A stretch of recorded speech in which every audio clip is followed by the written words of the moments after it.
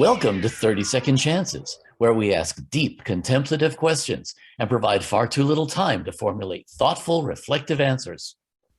My guest today is live sound engineer Michelle Pettinato.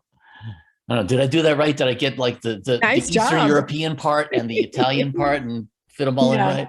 Cool. perfect. All right, good. Okay, great to have you here. Thank you for joining us. And you know the drill, 30 seconds on the clock and then on to the next question. Are you ready? I guess.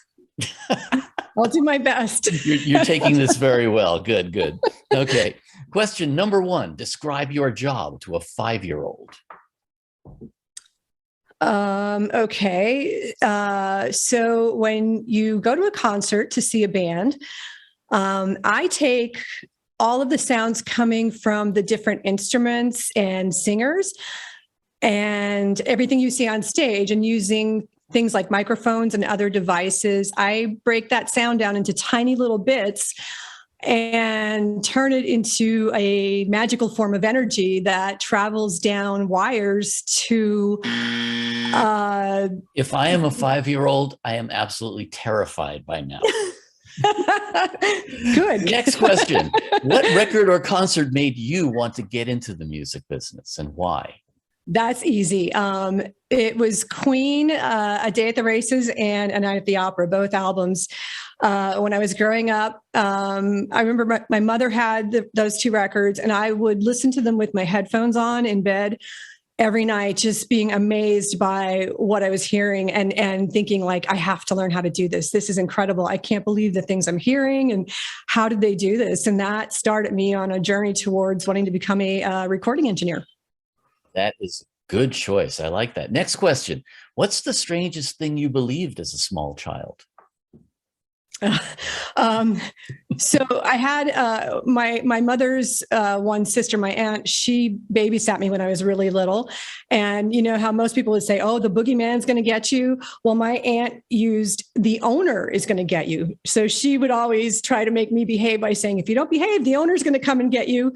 So I believed in this mystical, magical person called the owner, who I never had any idea who the owner was, but she always used that to scare me. Like the landlord, basically. Kind of, but we owned our own house. We didn't have a landlord. It was just, yeah, it was weird. Okay, next question. What's the first piece of gear you bought where you felt like shit got real?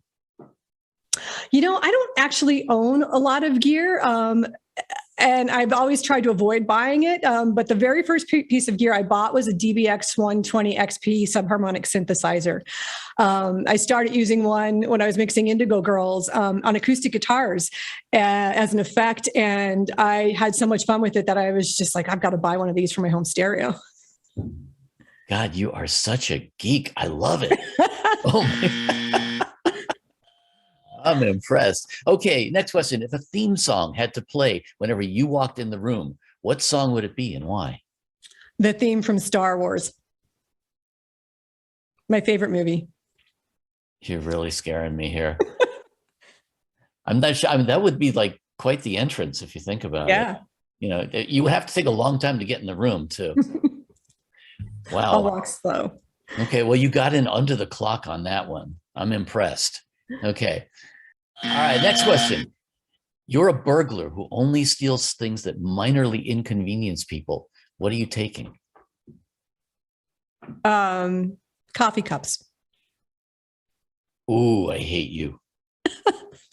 Oh my God. That's heartless. I mean, most people go for like remotes or something, you know, or keys, but no, I don't know if I would consider that a minor inconvenience. That would be like. But you could put the coffee in something else, but think of how long you'll search for that remote before you actually just get up and change the channel. Although most people don't even know how to change the channel anymore on their TVs now. So that concludes our regularly scheduled questions. I'm now going to put 30 seconds more on the clock to allow you to either answer for me a question you wish I had asked, shamelessly plug something, pontificate on life in general, ask me a question, whatever you want, it's all yours. Go. Okay, I'm going to do a shameless plug.